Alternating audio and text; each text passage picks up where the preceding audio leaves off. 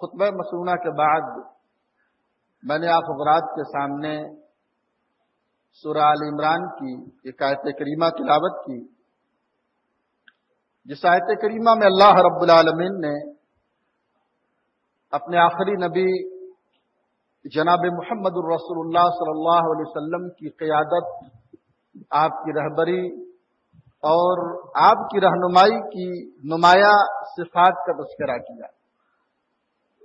اللہ رب العالمین نے فرمایا فَبِمَا رَحْمَةٍ مِّنَ اللَّهِ لِنْتَ لَهُمْ، اے نبی آپ پر اللہ رب العالمین کا خاص کرم ہے، آپ کی ذات پر اللہ رب العالمین کا خاص فضل ہے، لِنْتَ لَهُمْ کہ آپ ان کے حق میں نرم مزاج ثابت ہوئے۔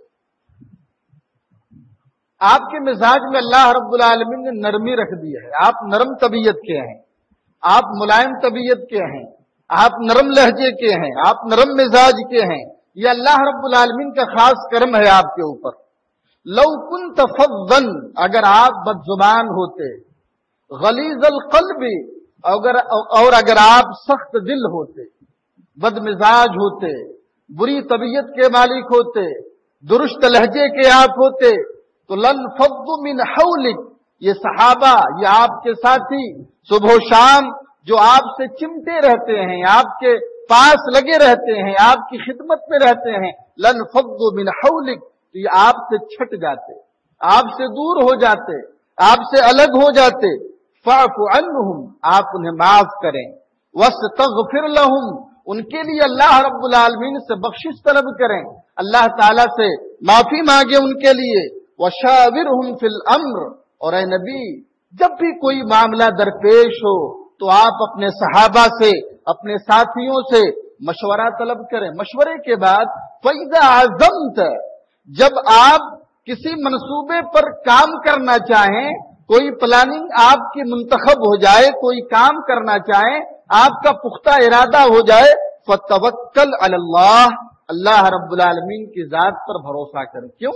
ان اللہ یحب المحسنین، اللہ رب العالمین اپنی ذات پر بھروسہ کرنے والوں سے محبت کرتا ہے۔ اللہ تعالیٰ اپنے ان بندوں کو پسند کرتا ہے، اپنے ان بندوں سے محبت کرتا ہے جو بندے اللہ رب العالمین کی ذات پر مکمل بھروسہ کرتے ہیں۔ تو توکل کرنے والے، اپنی ذات پر بھروسہ کرنے والوں کو اللہ رب العالمین پسند کرتا ہے۔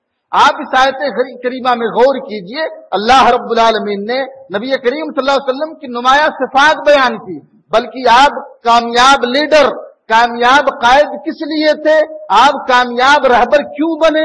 کیونکہ آپ کے مزاج میں اللہ رب العالمین نے نرمی رکھ دی۔ آپ نرم مزاج کے تھے، نرم طبیعت کے مالک تھے، آپ کے مزاج میں نرمی تھی، آپ کی طبیعت میں نرمی تھی۔ گویا اگر اس دنیا میں آج بھی کوئی کامیاب قائد بننا چاہتا ہے، کامیاب ذمہ دار بننا چاہتا ہے، کامیاب رہبر بننا چاہتا ہے، تو سب سے پہلی ذمہ داری یہ ہے کہ اپنے اندر اپنے لہجے کو نرم رکھے، نرم مزاجی کو اپنائے، اپنی طبیعت میں ملائمیت پیدا کرے، تب وہ آگے چل کر کامیاب قائد اور کامیاب رہبر و رہنما بن سکتا ہے۔ تو اللہ کے نبی صلی اللہ علیہ وسلم کی ذات پر اللہ رب العالمین کا خاص کرم تھا، خاص فضل تھا کہ اللہ رب العالمین نے نبی کریم صلی اللہ علیہ وسلم کے مزاج میں نرمی رکھ دی۔ اور آپ اللہ اکبر کتنے نرم مزاج کے تھے، کتنے ملائم طبیعت کے تھے۔ آپ کی نرم مزاجی کو دیکھ کر، آپ کے نرم لہجے کو دیکھ کر دشمن بھی آپ کے گرویدہ ہو گئے، دشمن بھی آپ کے گرویدہ ہو گئے، اور آپ کے نرم لہجے کی وجہ سے اسلام بڑی تیزی کے ساتھ لوگوں کے دلوں پر اثر کرتا ہوا نظر آیا۔ اور کتنے لوگ ایسے تھے جو آپ کے نرم طبیعت اور نرم مزاجی کو دیکھ کر آپ کے بہترین اخلاق سے متاثر ہو کر حلقہ اسلام میں داخل ہوئے۔ تو آگے اللہ رب العالمین نے نبی کریم صلی اللہ علیہ وسلم کے بارے میں مزید فرمایا کہ آپ تو نرم مزاج کے تھے، آپ کے لہجے میں نرمی تھی۔ اور ایک اور تعلیم اللہ نے کیا دی، ایک اور صفت نبی کی کیا بیان کی گئی کہ اے نبی، یہ صحابہ آپ کے ساتھی جو ہمیشہ آپ کے ارد گرد رہتے ہیں، آپ سے چمٹے رہتے ہیں، آپ کے پاس رہتے ہیں، اگر ان سے کبھی غلطی ہو جائے، ان سے کبھی غلطی ہو جائے، ان سے خطا ہو جائے، اگر ان سے کوئی غلط کام ہو جائے، فاعف عنہم، اے نبی آپ انہیں معاف کر دیں، معافی کو اپنائیں، انہیں درگزر کر دیں، ان کا مواخذہ نہ کریں. یہ تعلیم نبی کریم صلی اللہ علیہ وسلم کو اللہ تعالیٰ دے رہا ہے. گویا جس طریقے سے ہم چاہتے ہیں، اللہ تعالیٰ کی ذات سے ہم امید رکھتے ہیں کہ ہم سے اگر کبھی غلطی ہو جائے تو اللہ تعالیٰ ہمیں معاف کریں، اسی طریقے سے اگر ہمارا دوست، ہمارا ساتھی، ہمارا رشتہ دار، ہمارا پڑوسی ہمارے حق میں کوئی غلط کام کر دے، ہمارے لیے اگر سامنے والے سے غلطی ہو جائے، اللہ تعلیم دے رہا ہے کہ معاف کر دے. نبی کو تعلیم دے کر پوری امت کو یہ تعلیم دی جا رہی ہے کہ عفو و درگزری کو اپنائیں، لوگوں کو معاف کرتے ہوئے چلیں. اور یاد رکھیں، وہی شخص لوگوں کی غلطیوں کو معاف کرے گا، وہی شخص لوگوں کی غلطیوں کو درگزر کرے گا جس کا دل کشادہ ہوگا، جس کا دل کشادہ ہوگا، جس کا دل وسیع ہوگا، جو وسیع قلب کا مالک ہوگا، جو ہے کشادہ دل کا مالک ہوگا، اور جس کے مزاج میں نرمی ہوگی، وہی اپنے دشمن کی غلطیوں کو معاف کرے گا، اپنے اپنوں کی غلطیوں کو معاف کرے گا، پرائے کی غلطیوں کو معاف کرے گا. یہ وہی شخص کرے گا جس کا دل کشادہ ہوگا اور جس کے مزاج میں نرمی ہوگی. اور ایک اور بات اللہ نے یہ بتلائی کہ آپ معاف کریں. ہاں، اللہ تعالیٰ سے ان کے لیے مغفرت بھی کریں، آپ بھی معاف کریں اور اللہ تعالیٰ سے بھی ان کے لیے معافی طلب کریں کہ اللہ تعالیٰ سامنے والے نے میرے حق میں غلطی کی، تیری خاطر میں نے اسے معاف کر دیا، اے اللہ تعالیٰ تو بھی اسے معاف کر دے. وَاسْتَغْفِرْ لَهُمْ، اے نبی آپ ان کے لیے استغفار کریں، اللہ تعالیٰ سے بخشش طلب کریں. وَشَاوِرْهُمْ فِي الْأَمْرِ، اور ایک اور تعلیم اللہ نے دی، اے نبی آپ اپنے ساتھیوں سے، صحابہ کرام سے جب بھی کوئی معاملہ درپیش ہو ان سے مشورہ کریں. مشورہ کرنا نہ بھولیں. آپ غور کیجئے، یہاں پر اللہ رب العالمین نے مشورے کی تعلیم دی. اے نبی آپ اپنے ساتھیوں سے، اپنے صحابہ سے مشورہ کریں اور مشورہ کریں، اور مشورہ کرنے کے بعد آپ کا بھروسہ مشورے پر نہیں ہونا چاہیے. مشورے کے بعد جو بات طے ہو، جو منصوبہ طے ہو، جو پلاننگ طے ہو، آپ کا بھروسہ، آپ کا اعتماد صرف اور صرف اس منصوبے اور پلاننگ پر نہیں ہونی چاہیے، بلکہ آپ اللہ رب العالمین کی ذات پر بھروسہ کریں. فَتَوَكَّلَ اللَّهُ، اللہ کی ذات پر بھروسہ کریں. اللہ تعالیٰ اپنی ذات پر بھروسہ کرنے والوں کو پسند کرتا ہے. بڑی نمایاں صفتیں اللہ تعالیٰ نے اس آیت کریمہ بیان کی. تو اگر ہم بھی ایک کامیاب قائد، رہبر اور رہنما بننا چاہتے ہیں تو ہمیں ان صفات کو اپنے اندر اپنانا ہوگا، تب جا کر ہم اپنی زندگی کے ہر موڑ پر ہم کامیاب ہوں گے. کامیاب رہبر اور کامیاب قائد اور کامیاب رہبر بن کر ہم ابھر سکتے ہیں. اور آپ دیکھیے، زندگی میں ہم بہت سارے فیصلے کرتے ہیں، بہت سارے قدم اٹھاتے ہیں، لیکن ہم جو فیصلہ کرتے ہیں اپنی بھلائی کے لیے، اپنی بہتری کے لیے، جو قدم اٹھاتے ہیں اپنی بھلائی اور اپنی بہتری کے لیے، لیکن آگے چل کر مستقبل میں ہمیں یہ احساس ہوتا ہے کہ ہم نے ماضی میں یہ فیصلہ نہیں کیا ہوتا، یا کہ اس فیصلے پر ہم نے عمل نہیں کیا ہوتا تو کتنا بہتر ہوتا.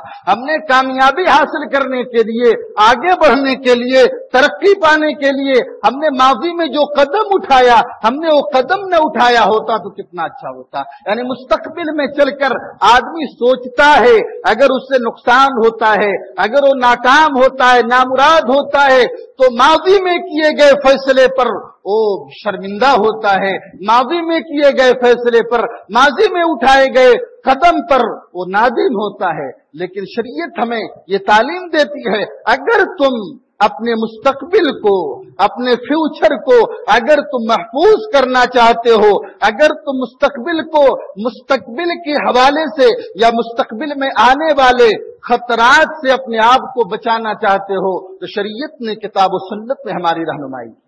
اگر مستقبل کے حوالے سے اگر ہم چاہتے ہیں کہ ہمارا مستقبل خطرات سے دوچار نہ ہو، مستقبل میں جا کر ہمیں نقصان کا سامنا نہ کرنا پڑے، تو شریعت نے ہمیں تعلیم دی ہے کہ ہم دو کام کرنا نہ بھولیں. اگر ہم ان دو کاموں پر عمل کریں گے تو مستقبل کے بہت سارے خطرات سے ہم اپنے آپ کو بچا سکتے ہیں. مستقبل کے بہت سارے خطرات سے، بہت سارے نقصانات سے ہم اپنے آپ کو بچا سکتے ہیں. دو کام ہمیں کرنا ہے. پہلی چیز دیکھیے ہوتا ہے منصوبہ. آپ کوئی بھی کام کریں آپ کو کوئی کام کرنا ہے تو پہلے آپ ایک منصوبہ بناتے ہیں, ایک پلاننگ کرتے ہیں, اسی پلاننگ کے مطابق اسی منصوبے کے تحت آپ کا کام ہوتا ہے. پلاننگ بہتر ہے, پلاننگ اپنی جگہ, آپ منصوبہ بندی کیجئے, پلاننگ کیجئے, اور ہونا بھی چاہیے. لیکن منصوبہ بندی اور پلاننگ کے بعد ہمیں دو کام کرنا ہے. پہلا کام کیا ہے؟ ہمیں مشورہ کرنا ہے. جیسا کہ اللہ نے کیا فرمایا, وَشَاوِرْهُمْ فِي الْأَمْرِ, اے نبی آپ اپنے ساتھیوں سے, صحابہ کرام سے مشورہ کریں.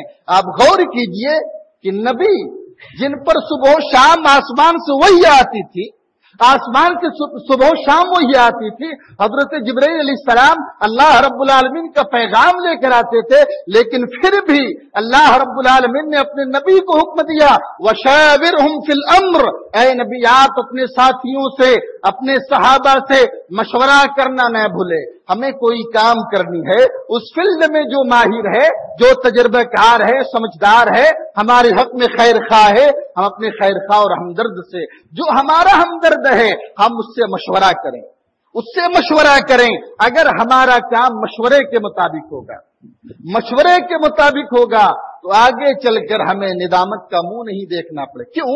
کیونکہ بسا اوقات ہم جو فیصلہ کرتے ہیں, جو منصوبہ بناتے ہیں, جو پلاننگ کرتے ہیں, اس منصوبے میں, اس پلاننگ میں کہاں کمی ہے, کہاں کمزوری ہے, کہاں کوتاہی ہے, اس منصوبے کی کمزوری, خامی, کوتاہی ہمارے اوپر واضح نہیں ہو پاتی, ہمارے اوپر واضح نہیں ہو پاتی.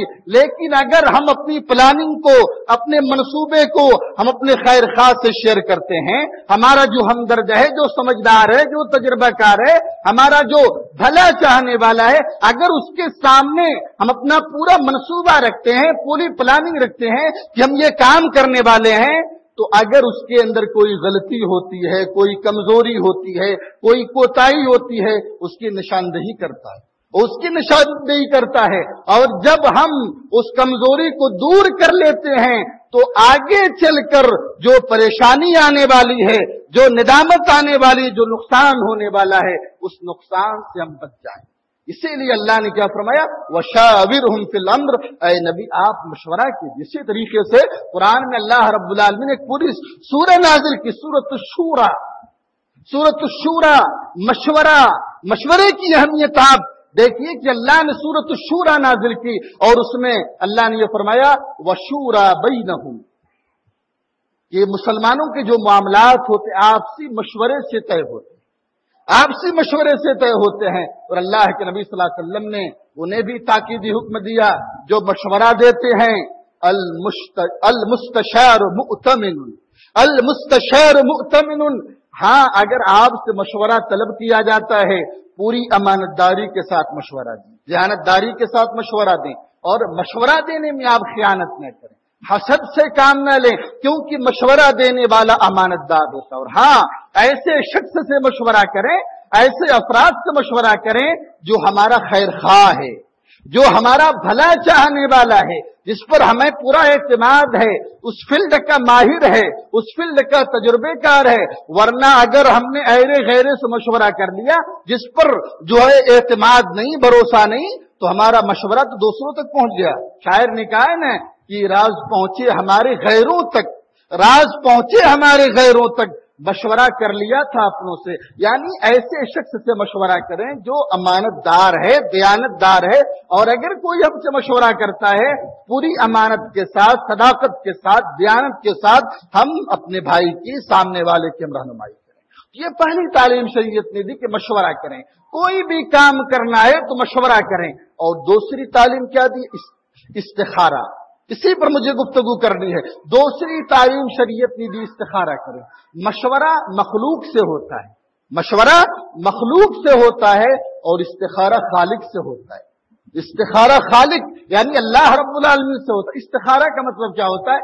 استخارہ کا مطلب ہوتا ہے کہ اللہ رب العالمین سے خیر طلب کرنا, اللہ رب العالمین سے بھلائی طلب کرنا. ہمارے اسلاف میں سے کسی سلف کا قول ہے, لا خاب من استخار ولا ندم من استشار. جو شخص کبھی ناکام نہیں ہوگا, نامراد نہیں ہوگا جس نے استخارہ کیا, اور وہ شخص کبھی مایوس نہیں ہوگا, نادم اور شرمندہ نہیں ہوگا جس نے مشورہ کیا. یعنی مخلوق سے اس نے مشورہ کیا، خالق سے استخارہ کیا، یعنی جس کا معاملہ، جس کا کام جو ہے استخارے اور مشورے کی روشنی میں ہوتا ہے، وہ کبھی ناکام و نامراد نہیں ہوتا، وہ کبھی نادم و شرمندہ نہیں ہوتا۔ یہ تعلیم دی گئی ہے۔ تو ہمیں مشورہ مخلوق سے کرنا ہے اور استخارہ خالق سے کرنا ہے۔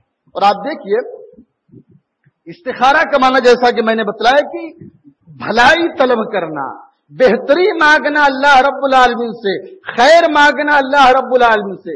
یہ جو مستقبل ہوتا ہے، مستقبل کسے کہتے ہیں؟ مستقبل یہ ہمارے ہاتھ میں نہیں ہوتا، مستقبل ہمارے کنٹرول سے باہر ہوتا ہے۔ اب مستقبل ہمارے حق میں خیر لائے گا شر لائے گا ہمیں نہیں معلوم، مستقبل ہمارے لیے کیسا ثابت ہوگا ہمیں نہیں معلوم، مستقبل میں ہمیں شر کا سامنا کرنا پڑے گا یا خیر کا سامنا کرنا پڑے گا، برائی کا سامنا کرنا پڑے گا، بھلائی کا سامنا ہمیں نہیں معلوم، مستقبل کا علم ہمیں نہیں۔ ہاں مستقبل کو ہمیں محفوظ کرنا ہے، مستقبل کو اگر ہمیں محفوظ بنانا ہے تو شریعت کی بتائی ہوئی تعلیم کے مطابق ہمیں عمل کرنا ہوگا۔ استخارہ کریں، استخارہ کریں اللہ رب العالمین کی ذات سے۔ اور کیونکہ کوئی بشر نہیں جانتا کہ مستقبل میں اس کے ساتھ کیا ہونے والا، بشر کا معاملہ کیسا ہے۔ قرآن میں اللہ نے کیا فرمایا؟ عسى ان تكرهوا شيئا وهو خير لكم۔ بسا اوقات تم کسی چیز کو ناپسند کرتے ہو، تم کسی چیز کو برا سمجھتے ہو، حالانکہ وہی تمہارے حق میں بہتر ہوتا ہے۔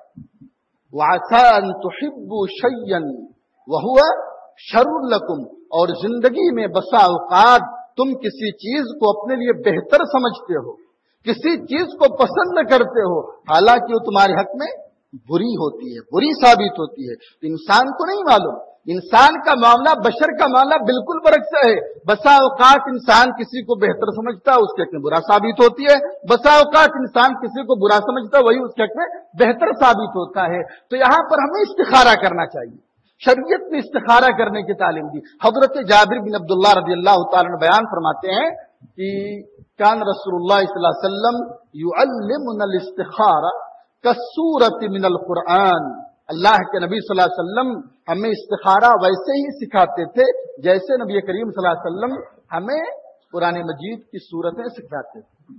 یعنی جس اہتمام سے ہم قرآن کو یاد کرتے تھے، قرآن کو پڑھتے تھے، اسی اہتمام کے ساتھ اللہ کے نبی صلی اللہ علیہ وسلم ہمیں استخارہ کی تعلیم دیا کرتے تھے۔ اور آپ نے یہاں تک فرمایا اذا هم احدکم فلیرکع رکعتین من غیر الفریضہ، بخاری شریف کی حدیث ہے، جب تم نے کہا کوئی شخص کوئی کام کرنا چاہے، کسی کام کرنے کا ارادہ ہو، فلیرکع رکعتین، اسے چاہیے کہ 2 رکعت پڑھے، من غیر الفریضہ، فرض نماز کے علاوہ۔ تو صلاۃ الاستخارہ 2 رکعت ہے۔ جیسا کہ میں نے بتلایا کہ پہلی چیز ہمیں مشورہ کرنا ہے اور دوسری چیز ہمیں استخارہ کرنا ہے۔ استخارہ کا طریقہ شریعت نے یہ بتلایا ہے کہ ہم 2 رکعت نماز پڑھیں، جیسے نفلی نماز پڑھتے ہیں، 2 رکعت نفلی نماز پڑھیں اور اس کے بعد استخارہ کی ایک لمبی دعا نبی نے بتلائی، وہ دعا پڑھیں۔ کب پڑھنا ہے؟ ہم نے 2 رکعت نماز پڑھی، 2 رکعت سلام پھیرنے سے پہلے جو دعائیں پڑھنی ہم وہ تمام کی تمام دعائیں پڑھیں اور آخر میں استخاری کی دعا پڑھیں، یا ایک ہی نماز پڑھنے کے بعد، نماز مکمل ہونے کے بعد، سلام پھیرنے کے بعد ہم استخاری کی دعا پڑھیں، سورہ فاتحہ پڑھیں، درود شریف پڑھیں، اس کے بعد استخاری کی دعا پڑھیں، کیونکہ دعا کرنے کا طریقہ نبی نے یہی بتلایا۔ آپ نے دعا کے آداب بتلائے کہ اگر تم دعا کے لیے ہاتھ اٹھاؤ، اللہ تعالیٰ سے دعا کرو تو سب سے پہلے تم اللہ رب العالمین کی تعریف بیان کرو۔ تعریف کرنے کے لیے بہترین سورہ فاتحہ ہے، اور نبی پر درود بھیجو، درود شریف پڑھو، اور اس کے بعد جو دعائیں مانگنی ہے دعا کرو۔ اور نبی نے یہ بھی فرمایا کہ دعا کے آداب بھی یہ داخل ہے، ہمیں جو دعا کرنی ہو 3 مرتبہ دعا کرو، 3 مرتبہ۔ اگر بندہ اللہ تعالیٰ سے کوئی چیز 3 مرتبہ مانگتا ہے تو اللہ تعالیٰ اسے عطا کرتا ہے، جیسا کہ اللہ کے نبی صلی اللہ علیہ وسلم فرماتے ہیں اگر بندہ اللہ سے کہتا ہے اللہم انی اسألک الجنہ، 3 مرتبہ اللہ سے جنت مانگتا ہے، جنت خود کہتی ہے کہ اللہ تعالیٰ اس بندے کو جنت دے دے، یہ بندہ بار بار تجھ سے جنت کا طلبگار ہے۔ اگر کوئی بندہ 3 مرتبہ جہنم سے پناہ مانگتا ہے، جہنم سے بچنے کی دعا کرتا ہے، جہنم خود اللہ تعالیٰ سے التجا کرتی ہے کہ اللہ تعالیٰ تیرا یہ فلاں بندہ بار بار جہنم کے عذاب سے بچنے کی دعا کرتا ہے، اللہ تعالیٰ تو اس بندے کو جہنم کے عذاب سے بچا دے۔ تو 3 مرتبہ۔ تو یہاں پر دیکھیے کہ اگر ہمیں استخارہ کرنی ہے، استخارہ کرنا ہے تو 2 رکعت نماز پڑھیں، سلام پھیرنے سے پہلے استخارے کی دعا پڑھیں، یا سلام پھیرنے کے بعد ہم استخارے کی دعا پڑھیں۔ یہ دعا بڑی لمبی ہے، اگر کسی شخص کو دعا یاد نہیں ہے تو وہ کیا کرے؟ یاد کرے، محنت کرے، کوشش کرے، دعا یاد کرنے کی کوشش کرے اور اس کے بعد دعا پڑھے۔ ہاں اگر مجبوری ہے، کوشش کر رہا ہے، محنت کر رہا ہے، نہیں دعا یاد آ رہی، دیکھ کر دعا پڑھ سکتا ہے، لیکن پہلا مرحلہ کیا ہے کہ وہ دعا یاد کرنے کی کوشش کرے، محنت کرے اور اس کے بعد دعائی استخارہ پڑھے، 2 رکعت نماز پڑھے اور سلام پھیرنے سے پہلے دعا کرے۔ دعا کیا بڑی جامع دعا ہے۔ اللہ کے نبی صلی اللہ علیہ وسلم نے دعا کیا سکھلائی؟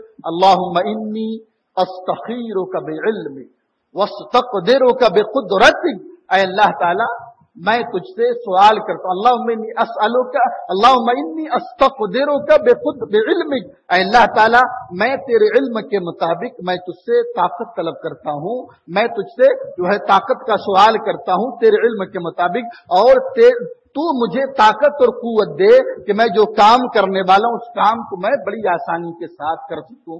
وَاسْتَقْدِرُكَ بِقُدْرَتِكَ وَأَسْأَلُكَ مِنْ فَضْلِكَ الْعَظِيمِ، اور اے اللہ تعالی میں تجھ سے تیرے فضل کا سوال کرتا ہوں، تیرے فضل کا سوال کرتا ہوں، تو مجھ پر جو فضل نازل کرنے والا ہے، جو رحمت نازل کرنے والا ہے، اے اللہ تعالی میں تجھ سے تیرا فضل مانگتا ہوں، میں تجھ سے تیرے فضل کا سوال کرتا ہوں۔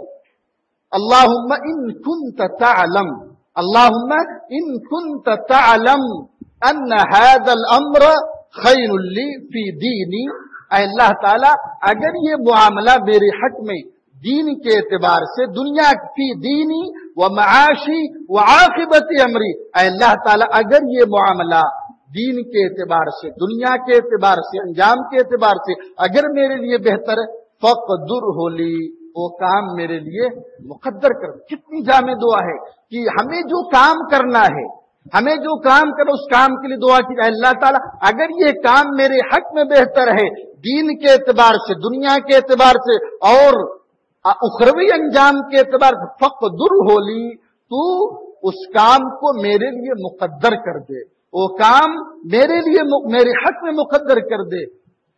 اور اے اللہ تعالیٰ اگر یہ کام ان کنت تعلم ان هذا الامر شر لی فی دینی و معاشی و عاقبت امری فاصرف عنی واصرفنی عنہ، اے اللہ تعالیٰ اگر یہ کام میرے حق میں دینی اعتبار سے، دنیاوی اعتبار سے، اسی طریقے سے انجام اخروی انجام کے اعتبار سے اگر بہتر نہیں ہے، برا ہے، تو فاصرف عنی، تو اسے مجھ سے دور کر دے، واصرفنی عنہ، اور مجھ کو اس سے دور کر دے۔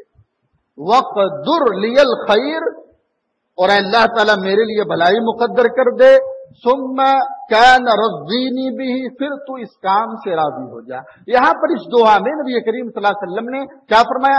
وَأَنَّ هَذَا الْأَمْرَ، اے اللہ تعالیٰ اگر یہ کام میرے لیے بہتر ہے دنیا آخرت اور دین دنیا اور آخرت کے اعتبار سے، تو میرے حق میں مقدر کر دے۔ یہاں پر ان هذا الامر کی جگہ ہمیں وہ کام کا نام لینا، اگر ہم اس کام کا نام نہ لے سکے، ان هذا الامر پڑھ لیں اور دل میں اس کام کی نیت کریں، دل میں اس کام کی نیت، ان هذا الامر پڑھیں لیکن دل میں اس کام کی نیت کریں، انشاءاللہ اللہ تبارک و تعالی جو ہے شرح صدر کرے گا، معاملہ ہمارے سامنے بالکل آسان کر دے گا۔ اور اگر آدمی نے ایک مرتبہ جو ہے استخارہ کیا، شرح صدر نہیں ہوا، دوسری مرتبہ کرے، تیسری مرتبہ، تین مرتبہ استخارہ کرے، اگر بھی شرح صدر نہ ہو اور 2-3 کام اس میں سے اسے جو کام کرنا ہے وہ کام کرے، اس کام کا آغاز کر دے، اس کام کی ابتدا کر دے، اس کام کی شروعات کر دے، انشاءاللہ اللہ تبارک و تعالی جو ہے اس میں برکت دے گا،